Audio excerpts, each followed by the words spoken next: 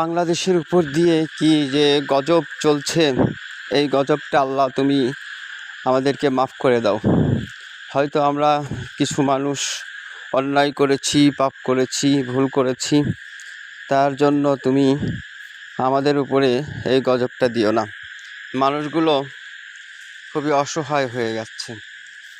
আপনারা দেখতে পাচ্ছেন এই একটা দৃশ্য, মানুষগুলো গলা পর্যন্ত পানিতে নেমে পড়েছে, তাদের আর কোথাও ঠাঁই নেই।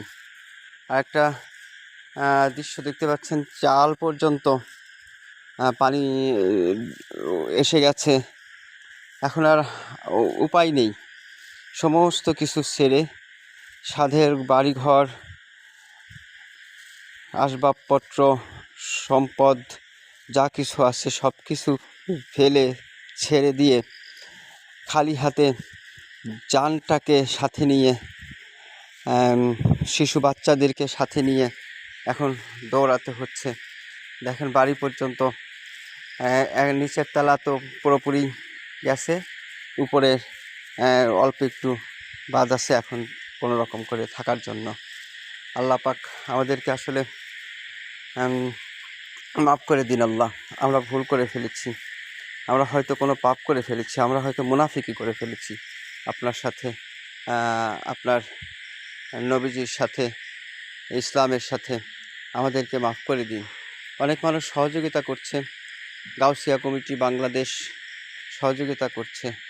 আল্লাহ পাক ওনাদের ধৈর্য শক্তি দান করুন, এবং যত ধনী লোক আছেন ওনাদের মাধ্যমে এই সহযোগিতার যাতে ওনারা বেশি বেশি করতে পারে, অন্যান্যদের পাশে দাঁড়ান। আমরা সেনাবাহিনীদেরকেও দেখতে পাচ্ছি, ছোট্ট একটা শিশু বাচ্চাকে সেনাবাহিনীর একজন মহিলা সদস্য তিনি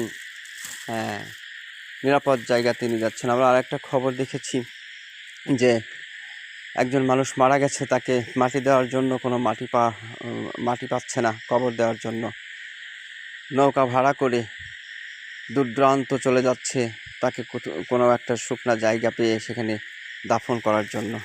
আল্লাহ সুবহানাহু ওয়া তাআলা আমাদের উপরে আপনি রহম করুন।